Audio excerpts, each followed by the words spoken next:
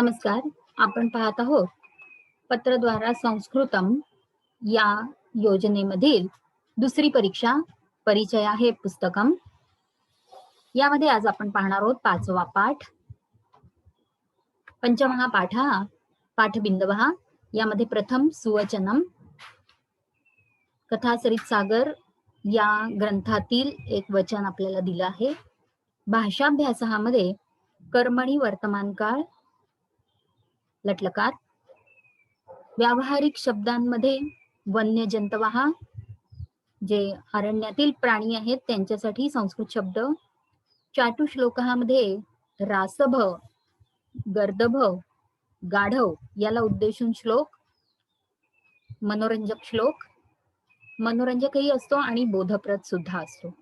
समस्यापूर्ती किंवा कुटश्लोक यामध्ये लोकनाथ या शब्दाच्या 2 अर्थांवरून त्या श्लोकामध्ये कशी गंमत आहे ते पाहायचंय. सुभाषित द्वयम यामध्ये विषय आहे संतः म्हणजे सज्जनः आणि कृतधियः म्हणजेच ज्यांनी दृढ निश्चय केलेला आहे असे लोक, त्यांचं वर्तन, त्यांचं आचरण कसं असतं हे सांगितलं आहे. पदसंग्रहामध्ये नवीन धातूंचा परिचय आहे. मुद, याच, बाध, कंप आणि कथ या धातूंची क्रियापदांची रूप आणि कृदंतांची रूप दिलेली आहे. त्यांचा वापर करून वाक्यरचना करावी अशी अपेक्षा आहे. काव्यकथेमध्ये रघुराजस्य त्यागः. महाकवी कालिदास यांच्या रघुवंशम या महाकाव्याची कथा आपण गद्य रूपात पाहतो आहोत. त्यामधला हा पुढचा भाग आहे. अन्वय क्रमामध्ये राम लक्ष्मण सीता या तिघांचा चित्रकूट पर्वतावरील निवास हा भाग, हे 2 श्लोक आले आहेत. अनुवाद पद्धतीमध्ये काही विशिष्ट वाक्प्रयोग जे संस्कृतमध्ये प्रसिद्ध आहेत ते आपण वापरतो, मराठीत सुद्धा वापरतो किंवा मराठीतून संस्कृतमध्ये भाषांतर करताना त्यांचा वापर करावा हे सांगितलं आहे. संधीमध्ये स्वरसंधीचा पुढचा प्रकार यण संधी आपल्याला शिकवला आहे. आणि संग्राह्य विषयांमध्ये षटकम 6 गोष्टींचा समूह एकत्रित कोणकोणत्या गोष्टींचा समूह असा प्रसिद्ध आहे ते सांगितलं आहे. यानंतर सुरुवात करूया. सुवचनम.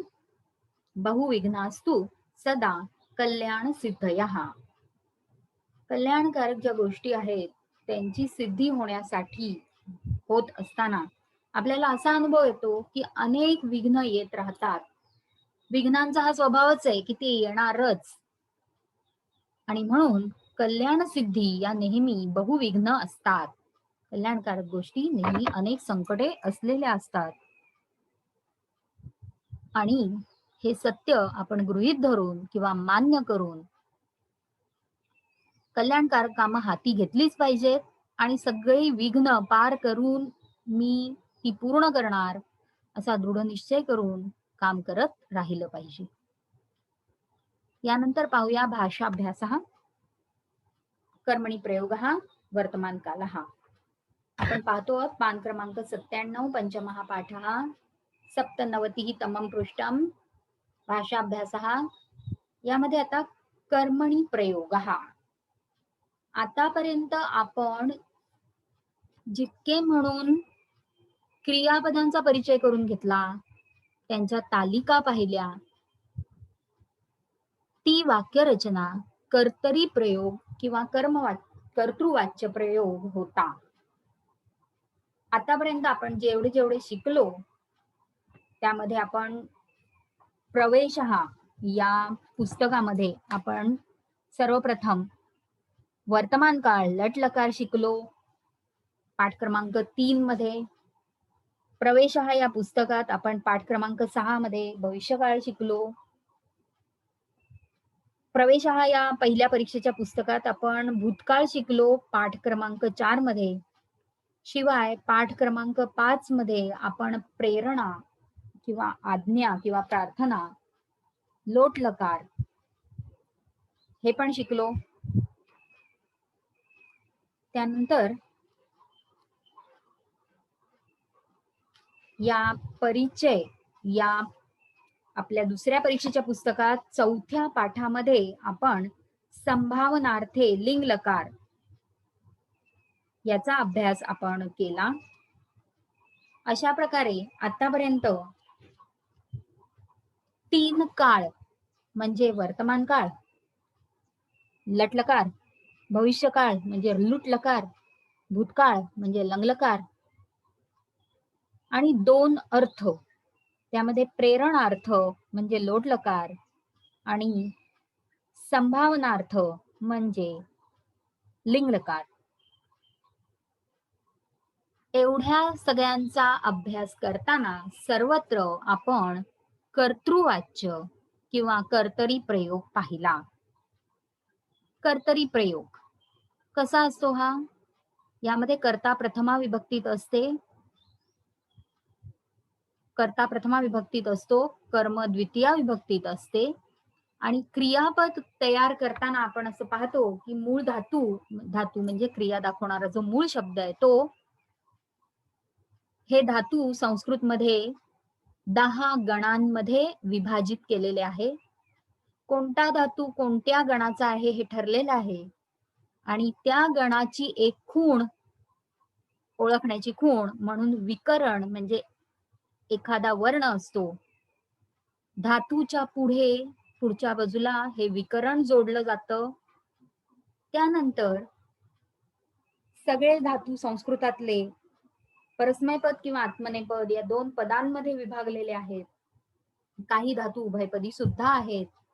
तेव्हा कोणता धातू आत्मनेपदी आहे, कोणता धातू परस्मैपदी आहे हे ठरलेलं आहे.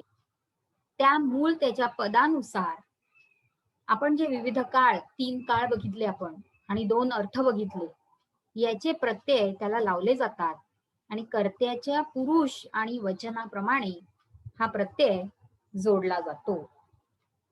स्क्रीनवर आपल्याला उदाहरणार्थ वाक्य दिसतंय, छात्र हा पुस्तकं पठती. साधं सोपं वाक्य आहे की मुलगा पुस्तक वाचतो, विद्यार्थी पुस्तक वाचतो. यामध्ये छात्र हा प्रथम पुरुष एकवचन आहे म्हणून पठती मध्ये ती हा प्रत्यय लावलाय जो प्रथम पुरुषाचा एकवचनाचा आहे. इथे जर आपण कर्ता बदलला तर आपलं क्रियापद बदलणार आहे. तो जो क्रियापदाला लावलेला तो मूळ धातूला लावलेला जो अर्थ किंवा काळाचा प्रत्यय तो बदलणार आहे. इथे वर्तमान काळाचा प्रत्यय तो बदलणार आहे. म्हणजे यावरून आपल्याला आपण तालिका तयार केल्या होत्या. प्रथम पुरुषात एकवचन, द्विवचन, बहुवचन, मध्यम पुरुषात त्याचप्रमाणे उत्तम पुरुषात अशी आपण तालिका आपण 3 काळ आणि 2 अर्थ यांच्या पाहिल्या होत्या. हा होता कर्तरी प्रयोग. पुन्हा एकदा आठवण व्हावी म्हणून इथे स्क्रीनवर आपण हे कर्तरी प्रयोगाचं कोष्टक किंवा तालिका पाहत आहोत. त्यामध्ये बालकः पठती हेच वाक्य आहे. वाक्यात अजून एक शब्द घेतलाय कर्माच्या जागी, तो द्वितीय विभक्तीत आहे. बालकः ग्रंथान पठती, इथे बालकः शब्द बदलला तर बालकहाच्या ऐवजी बालकौ द्विवचन केलं की क्रियापद बदलतंय, बालकाहा बहुवचन केलं की क्रियापद बदलतंय. तसंच बालकः हे प्रथम पुरुषाऐवजी आपण त्वम हा मध्यम पुरुषातला कर्ता घेतला, त्वम युवाम युयम यापैकी कुठलाही, किंवा अहम आवाम वयम हा उत्तम पुरुषाचा कर्ता घेतला तरी सुद्धा हा क्रियापद बदलतंय असं आपल्याला दिसत आहे. या कर्तरी प्रयोगात कर्तृवाच्यामध्ये कर्त्यानुसार क्रियापद बदलतं, कर्त्याच्या पुरुष आणि वचनाप्रमाणे ते बदलतं असं आपल्याला आतापर्यंत दिसून आलेलं आहे. त्याप्रमाणे आपण ही कोष्टक पाहिलेली आहे. आता आपल्याला वेगळी रचना शिकवणार आहेत. त्याला म्हटलेला आहे कर्मणी प्रयोग. कर्मवाच्य हा प्रयोग हा, कर्मणी प्रयोग हा. आधी वर्तमान काळाने सुरुवात करूया. आता कर्ता तृतीया विभक्तीत आहे, कर्म प्रथमा विभक्तीत आहे. प्रथमा ही महत्वाची विभक्ती आहे म्हणून वाक्यात कर्माला महत्व असल्यामुळे त्याला प्रथमा विभक्ती दिली आहे आता. आणि आता क्रियापद कसं बदलतंय तर मूळ धातू 1 ते 10 पैकी कोणत्याही गणाचा असला तरी सुद्धा कर्मवाच्य प्रयोग आहे, कर्मणी प्रयोग आहे हे ओळखण्यासाठी य हे विकरण आपण त्याला लावणार आहोत. आणि त्यानंतर मूळ धातूचं कोणतंही पद असो, परस्मैपदी, आत्मनेपदी, उभयपदी कसाही धातू असो, त्याला आत्मनेपदाचाच प्रत्यय लागणार, कारण कर्मवाच्य असल्यामुळे. हा प्रत्यय आपल्याला कुठला काळ हवाय, उदाहरणार्थ इथे वर्तमान काळ हवा आहे, तर त्या काळाचा आत्मनेपदाचा प्रत्यय लावायचा. आता हा प्रत्यय लावताना कर्माचा पुरुष आणि वचन याप्रमाणे हा प्रत्यय शोधून आपल्याला लावायचा आहे.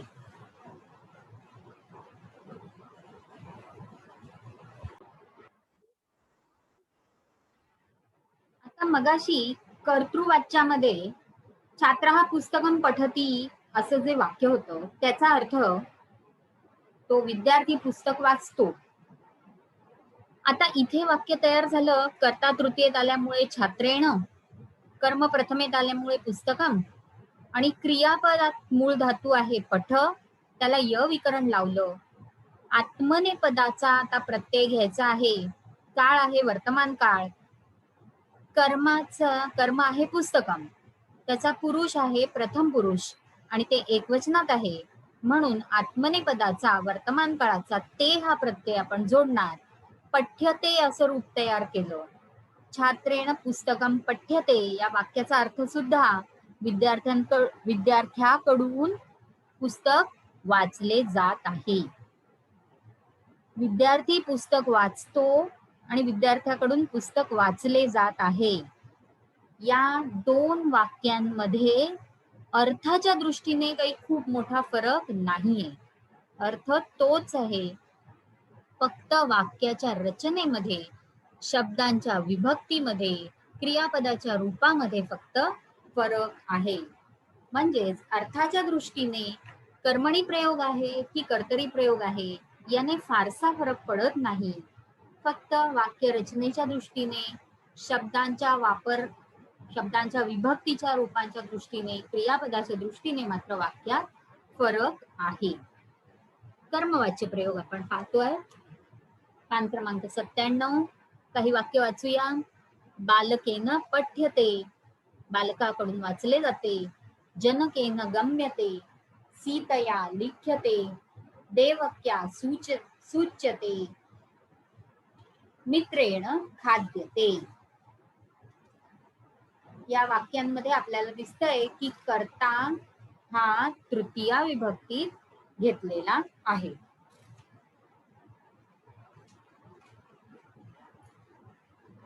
आता यातली क्रियापदाची रूप कशी तयार झाली ते खाली लिहिलं आहे. मूळ धातू अधिक य हे कर्तृवाच्याचं विकरण य आणि आत्मनेपदी प्रत्यय. आपल्याला माहिती आहे पठधातू परस्मैपदाचा आहे, परंतु इथे कर्मणी प्रयोग असल्यामुळे त्याला आत्मनेपदाचा प्रत्यय लावलेला आहे. पान क्रमांक 98 वर आपल्याला आणखी काही धातू ज्यांची कर्मणीची रूप कशी तयार होतात ते लिहून दाखवलं आहे.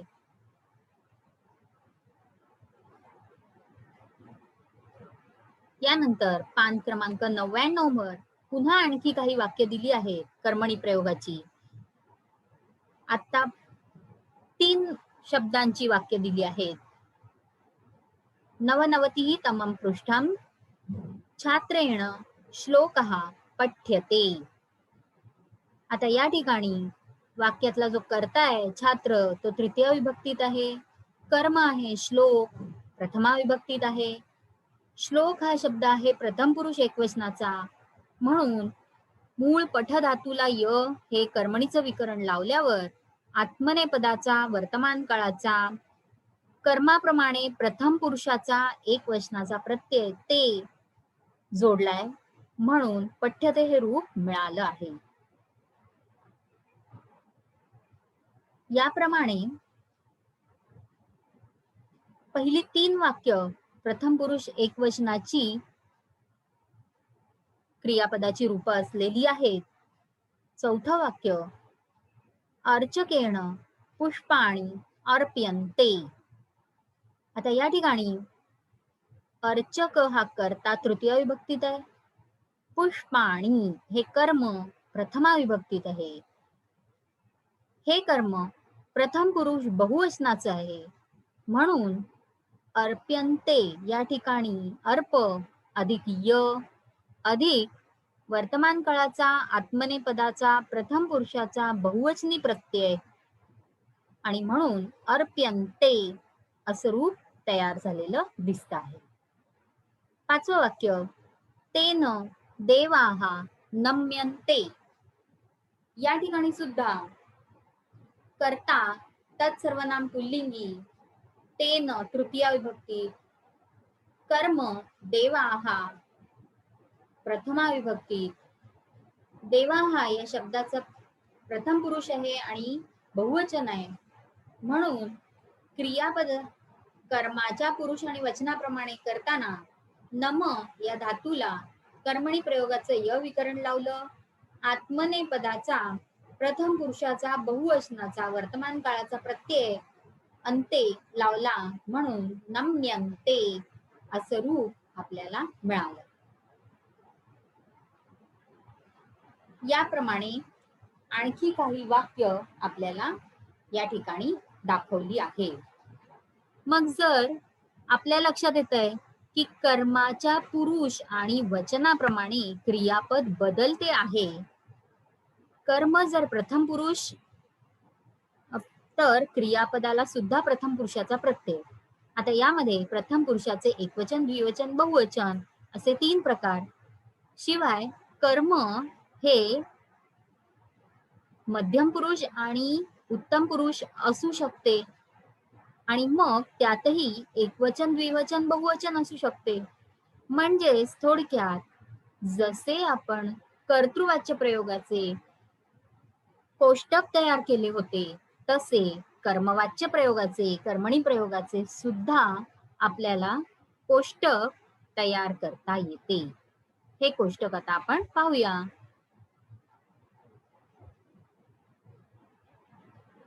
कर्मवाच्य प्रयोग कर्मणी प्रयोग वर्तमान काळ या ठिकाणी आपल्याला दिसतंय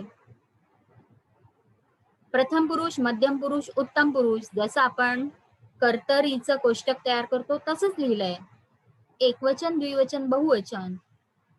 आता आपल्याला लक्षात असं ठेवायचंय की जे क्रियापद आहे त्या मूळ धातूला य लावलाय य लावलाय कर्मवाच्याचा आत्मनेपदाचा प्रत्यय आपल्याला कुठला काळ हवाय आत्ता हवाय वर्तमान काळ तर वर्तमान काळाचा प्रत्यय लावला आहे. आणि हा प्रत्यय लावताना कोणाचा विचार केलाय तर कर्माचा विचार केलाय. कर्म ज्या पुरुष आणि वचनात आहे त्यानुसार क्रियापदाला आत्मनेपदाचा त्या पुरुष आणि वचनाचा प्रत्यय लावला आहे. म्हणजेच या वाक्यांमध्ये कर्त्याला महत्व नसून कर्म बदलते त्याच्यानुसार क्रियापद बदलते. कर्माचे पुरुष आणि वचन जे आहे त्यानुसार क्रियापदाचे पुरुष आणि वचन बदलते आहे. आपण वाक्य पाहूया म्हणजे आपल्या लक्षात येईल. स्क्रीनवर आपल्याला ही वाक्य दिसत आहेत. बालकेन ग्रंथः पठ्यते. त्या मुलाकडून ग्रंथ वाचला जात आहे. ग्रंथः हा शब्द प्रथम पुरुष एकवचनात म्हणून पठ्यते ते हा आत्मनेपदाचा वर्तमान काळाचा प्रत्यय प्रथम पुरुष एकवचनाचा आहे. त्वया कविता पठ्यते. तुझ्याकडून कविता वाचली जाते. मया स्तोत्रम पठ्यते. माझ्याकडून स्तोत्र वाचले जात आहे. आता इथे आपल्याला दिसतंय की जे कर्म आहे ग्रंथ हा पुल्लिंगात आहे कविता स्त्रीलिंगात स्तोत्रम नपुसकलिंगात. त्याचे लिंग बदलल्यामुळे क्रियापद बदलले नाही. म्हणजे या ठिकाणी सुद्धा कर्मवाच्यात सुद्धा कर्माच्या लिंगाचा क्रियापदाशी काही संबंध येत नाही. त्याने कोणताही बदल होत नाही. मग आता बदल कशाने होतो? बदल होतो वचन बदलल्याने आणि पुरुष बदलल्याने. उदाहरणार्थ ग्रंथाच्या ऐवजी आता द्विवचन घ्या. बालकेन ग्रंथौ. आता ग्रंथौ प्रथम पुरुष द्विवचनात असल्यामुळे पठ्येते असं क्रियापदामध्ये सुद्धा प्रथम पुरुषाचे द्विवचनाचा वर्तमान काळाचा आत्मनेपदाचा प्रत्यय लावलेला दिसतो आहे. त्वया कविते पठ्यते, इथे सुद्धा दोन कविता तुझ्याकडनं वाचल्या जात आहेत. कर्माचं प्रथम पुरुष द्विवचन असल्यामुळे आपल्याला पठ्येते हा वर्तमान काळ आत्मनेपद प्रथम पुरुष द्विवचनाचा प्रत्यय लावायला लागला आहे. मया स्तोत्रे पठ्येते, स्तोत्रे माझ्याकडून दोन स्तोत्र वाचली जात आहेत. द्विवचन असल्यामुळे स्तोत्र शब्द प्रथम पुरुष द्विवचन म्हणून पठ्येते या ठिकाणी क्रियापदामध्ये आत्मनेपदाचा प्रथम पुरुषाचा द्विवचनाचा प्रत्यय घेतला आहे. बालकेन ग्रंथाः पठ्यन्ते, ग्रंथाः कर्म बहुवचनात आहे, प्रथम पुरुषात आहे, म्हणून पठ्यन्ते प्रथम पुरुषाचा बहुवचनाचा आत्मनेपदाचा प्रत्यय. त्वया कविताः पठ्यन्ते, तुझ्याकडनं कविता वाचल्या जात आहेत. कविताः बहुवचन म्हणून पठ्यन्ते प्रथम पुरुष बहुवचन. मया स्तोत्राणि पठ्यन्ते, माझ्याकडून स्तोत्र वाचली जात आहेत. या ठिकाणी स्तोत्राणी हे बहुवचन असल्यामुळे प्रथम पुरुष बहुवचनाचा अंत्यप्रत्यय लावून पठ्यन्ते हे रूप आपल्याला मिळालं आहे. आता मध्यम पुरुषामध्ये देवेन त्वम पठ्यसे, देवाकडून तू वाचला जात आहेस.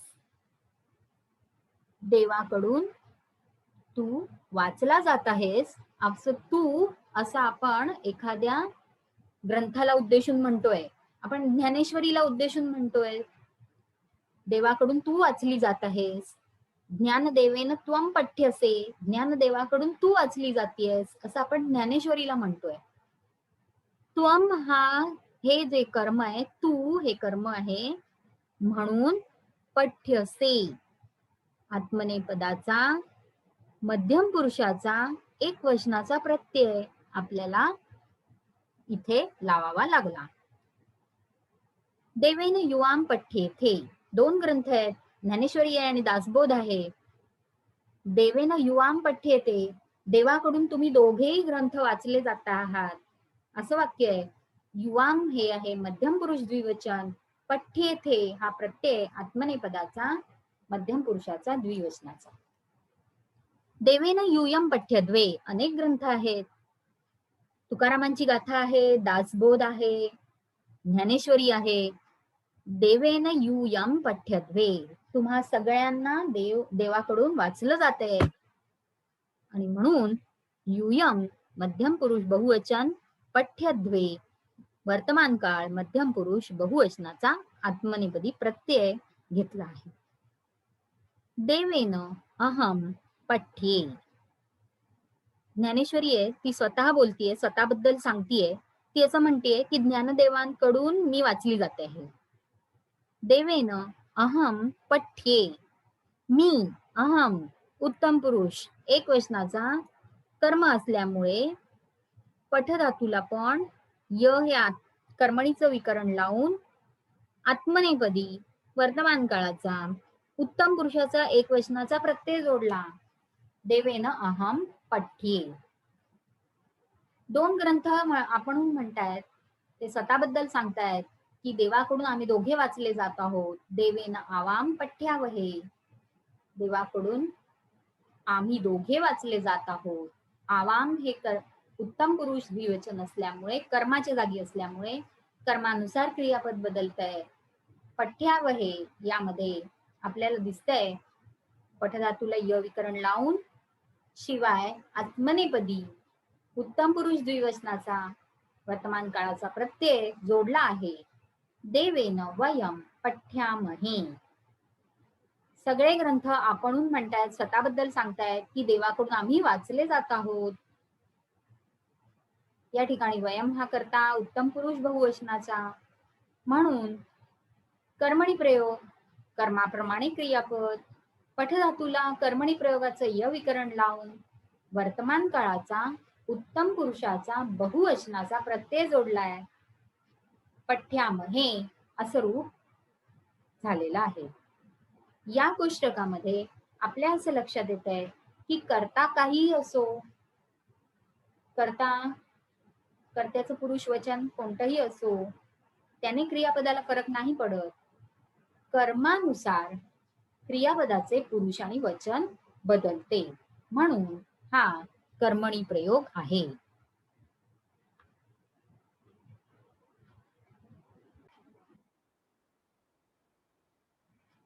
आपण स्क्रीनवर आता जी तालिका पाहत आहोत ती वाक्यांच्या स्वरूपात आहे. केवळ क्रियापदांची तालिका आपल्याला पान क्रमांक 101 एकशताधिक एकम या पानावर पठ्यते, पठ्येते, पठ्यन्ते, पठ्यसे, पठ्येथे, पठ्यध्वे, पठ्ये, पठ्यावहे, पठ्यामहे या ठिकाणी आपल्याला ही तालिका, नुसती क्रियापदांची तालिका दिलेली आहे. अशा प्रकारे आपल्याला ती तालिका पाठ करण्यासाठी सोपी पडेल, परंतु जास्तीत जास्त वाक्यरचना केली जावी यासाठी आपल्याला स्क्रीनवर वाक्यांच्या स्वरूपामध्ये ही तालिका दिलेली आहे. कर्मणी प्रयोगाचं प्रयोजन काय? तेव्हा हे म्हणजे कर्तरी प्रयोग असताना कर्मणी प्रयोग हा वेगळा, कारण अर्थाच्या दृष्टीने तर फारसा फरक नाहीये. तर ज्या ठिकाणी आपल्याला कर्त्याला महत्व द्यायचं नाहीये, कोणी ती क्रिया केली हे कदाचित आपल्याला माहित नाहीये, किंवा माहिती असून आपल्याला सांगायचं नाहीये, किंवा आपल्याला त्याला महत्व द्यायचं नाहीये, अशा वेळी आपण कर्मणी प्रयोगाचा वापर करतो. उदाहरणार्थ ज्ञानेश्वरी हा ग्रंथ हजारो लोकांकडून वाचला जातो. ज्ञानेश्वरी ग्रंथ दररोज वाचला जातो. इथे कर्ता नसला तरी चालेल, कोण वाचतो हे नाही सांगितलं तरी चालेल, ग्रंथ वाचला जातो, ग्रंथाला महत्व आहे.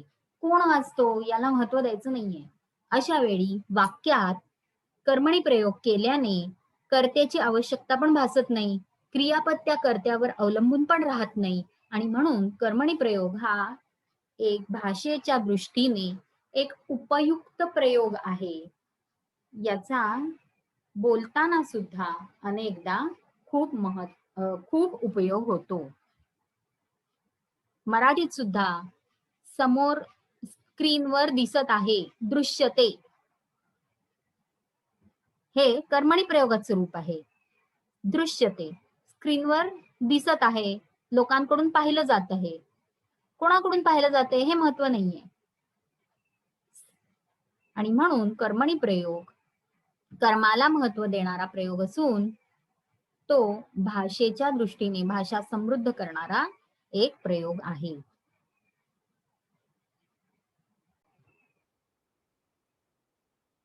यानंतर आपण पाहत आहोत पदसंग्रह हा पान क्रमांक 105 एकशताधिक पंच. यामध्ये आपल्याला काही धातूंची क्रियापदाची रूप आणि कृदंत रूप दिलेली आहेत. त्यांचा वापर करून आपण वाक्य लिहावी अशी अपेक्षा आहे. ही वाक्य कशी करायची हे आपल्याला पहिल्या पाठामध्ये पान क्रमांक 19 नवदशतमं पृष्ठम येथे दाखवले होते, आणि म्हणून त्याच वाक्यांचा आधार घेऊन हे नवीन धातू वापरून आपण वाक्य तयार करून पाहू.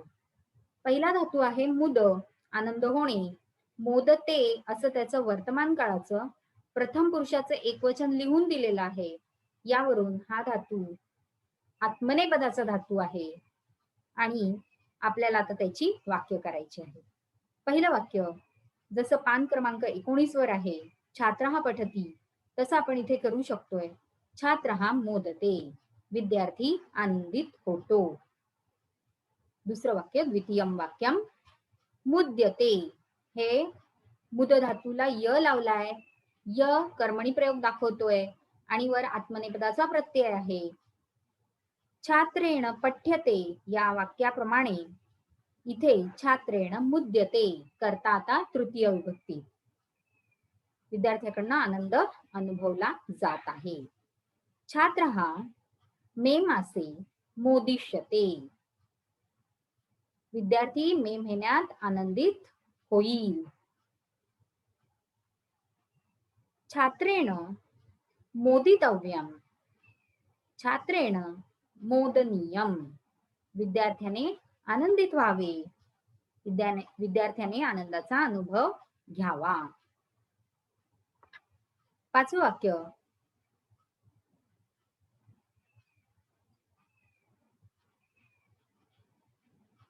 छात्रेण मुदितम, छात्राकडून विद्यार्थ्याकडून आनंदाचा अनुभव घेतला गेला.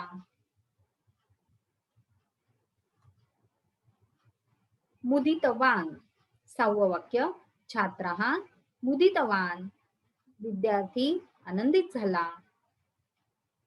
7वं वाक्य, मोदमानः छात्रः आम्रफलम खादती, आनंदित झालेला विद्यार्थी आंबा खातो. मोदमाना छात्रा आम्रम खादती, आनंदित झालेली विद्यार्थिनी आंबा खाते. 6व्या वाक्यात सुद्धा दोन्ही करता येतील. छात्रः मुदितवान, विद्यार्थी आनंदित झाला. छात्रा मुदितवती, विद्यार्थिनी आनंदित झाली. भूतकाळाचा अर्थ आहे 6व्या वाक्यात. 7व्या वाक्यात वर्तमान काळाचा अर्थ आहे. 8वं वाक्य आता, छात्रः मोदित्वा मित्रम गच्छति, छात्र आनंदित होऊन मित्राकडे जातो. छात्रा प्रमुद्य मातरम गच्छति, विद्यार्थिनी आनंदित होऊन आईकडे जाते. 9वं वाक्य, मोदितुम, छात्रः मोदितुम चित्रपटम पश्यति, विद्यार्थी आनंदित होण्यासाठी चित्रपट पाहतो. मोदितुम, पाहणे, आनंदित होण्यासाठी. अशा प्रकारे पदसंग्रहामध्ये जी क्रियापदाची आणि कृदंताची रूपं दिलेली आहेत त्याचा वापर करून आपण वाक्यरचना करू शकतो.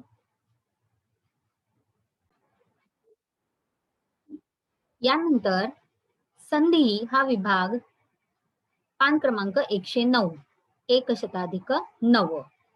यण संधी आपण पाहत आहोत. स्वरसंधी यामध्ये आपण पाहिलं की जेव्हा दोन शब्द एकमेकांच्या जवळ येतात किंवा एका शब्दामध्ये काही वर्ण एकमेकांच्या जवळ येतात तेव्हा त्यांच्यात संधी होतो. ही संधीची प्रक्रिया 4 प्रकारची असते. आदेश म्हणजे दिलेल्या वर्णाच्या जागी नूतन वर्ण येणे. आगम म्हणजे दिलेल्या अक्षरासह नवीन वर्ण किंवा अक्षर येणे. लोप म्हणजे दिलेलं अक्षर नाहीसं होणे. प्रकृतिभाव म्हणजे दिलेलं अक्षर तसेच राहणे. यामध्ये संधीचे 3 प्रकार आपल्याला दिसतात. स्वरसंधी, स्वराच्या जागी आदेश येणे. व्यंजन संधी, व्यंजनाच्या जागी आदेश, आगम किंवा लोप होणे, या क्रिया घडणे, या प्रक्रिया घडणे. विसर्ग संधी म्हणजे विसर्गाच्या जागी आदेश किंवा लोप होणे. आपण स्वरसंधीचे प्रकार पाहत आहोत. त्यामध्ये आता पाहणार आहोत यण संधी. पहिल्या शब्दाच्या शेवटी, पहिल्या पदांते, प्रथम पदांते ह्रस्व किंवा दीर्घ ई आहे. त्याच्या समोर दुसरा शब्द आहे ज्याच्या सुरुवातीला असवर्ण स्वर आहे. सवर्ण स्वर ई आणि ई एकमेकांचे सवर्ण स्वर आहे. असवर्ण म्हणजे जो सवर्ण नाही तो, म्हणजेच ई आणि दीर्घ ई सोडून इतर कोणताही स्वर समोर आला आहे.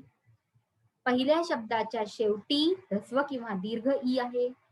दुसऱ्या शब्दाच्या सुरुवातीला एखादा स्वर आहे पण तो ह्रस्व किंवा दीर्घ ई नाहीये, असवर्ण स्वर आहे. अशा वेळी आपल्याला असं दिसतं की पहिल्या शब्दाच्या शेवटी जो ई किंवा दीर्घ ई आहे तो निघून जातो आणि त्या ठिकाणी य असा आदेश येतो. पुढच्या शब्दातला जो स्वर आहे असवर्ण स्वर म्हणजे ई किंवा दीर्घ ई सोडून वेगळा कुठला स्वर होता तो तसाच राहतो आणि तो या य मध्ये मिसळतो.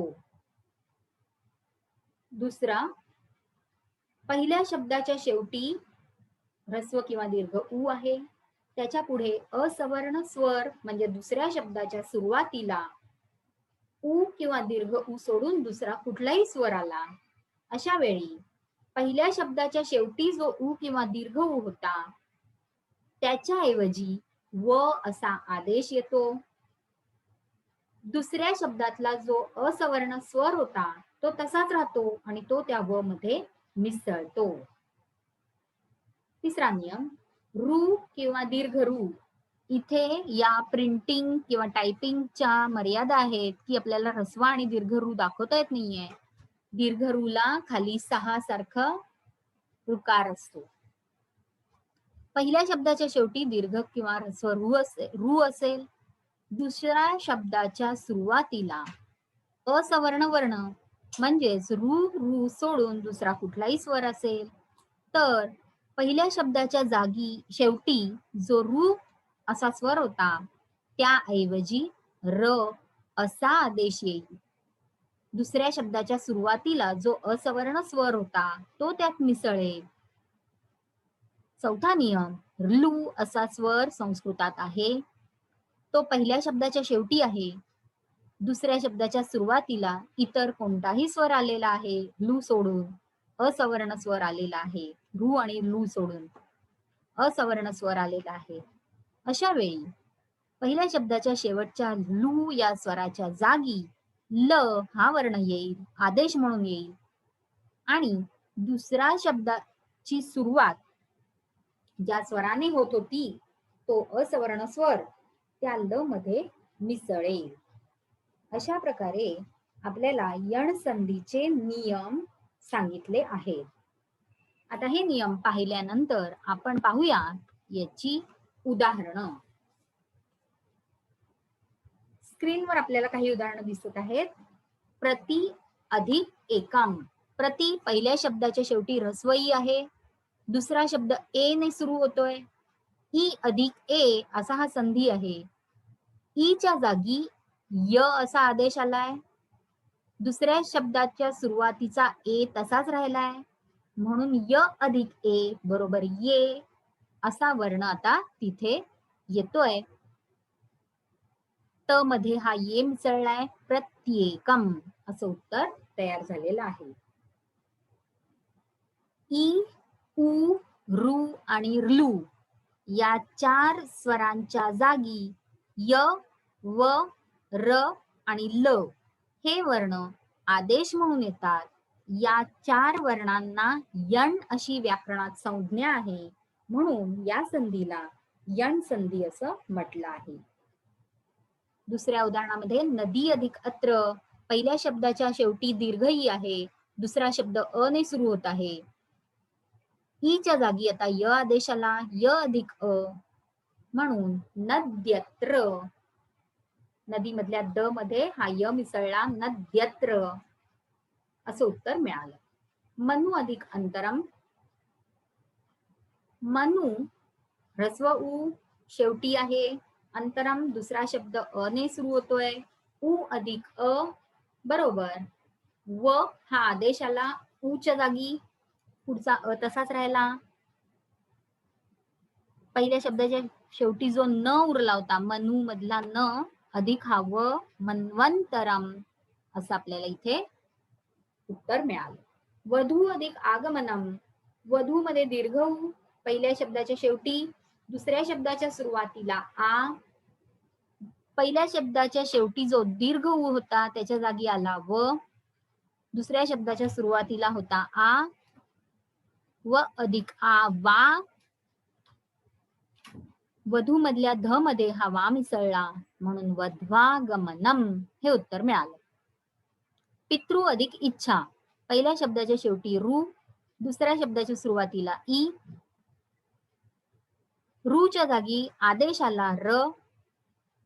पुढचा स्वर मिसळला ई म्हणून री हा वर्ण मिळाला. पितृ मधल्या त मध्ये हा री मिसळला. पित्रिच्छा. घसलू अधिक आदेश. हा घसलू हे काय आहे व्याकरणातली संज्ञा आहे. घसलू हा आदेश. या ठिकाणी लू अधिक आ त्या लूच्या जागी आता ल हा आदेश आला, ल अधिक आ, बरोबर, ला तयार झालं. घसलू मधल्या स मध्ये हा ला मिसळला, घसला देश हा. अशा प्रकारे आपल्याला यण संधीचे नियम शिकवले आहेत. खाली काही उदाहरणं दिलेली आहेत. संधी विग्रह करणे म्हणजेच दिलेल्या शब्दातला संधी सोडवणे.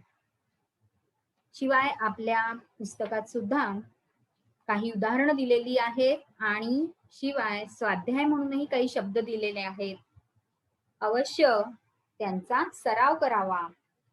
पाठातले सगळे स्वाध्याय आणि पाठाच्या नंतरही काही स्वाध्याय आहेत ते सोडवावेत. पदसंग्रहातल्या सगळ्या धातूंची, क्रियापदांची आणि कृदंतांची रूपं घेऊन वाक्यरचना करावी. आज आपल्याला या पाठामध्ये जी कर्मणी प्रयोगाचं तालिका शिकवली आहे क्रियापदांची, तशा अधिकाधिक धातूंच्या तालिका बनवाव्यात. वाक्याच्या स्वरूपात जर तालिका बनवल्या तर फारच छान, चांगलाच सराव होईल. अशा प्रकारे या पाठाचा अभ्यास करावा.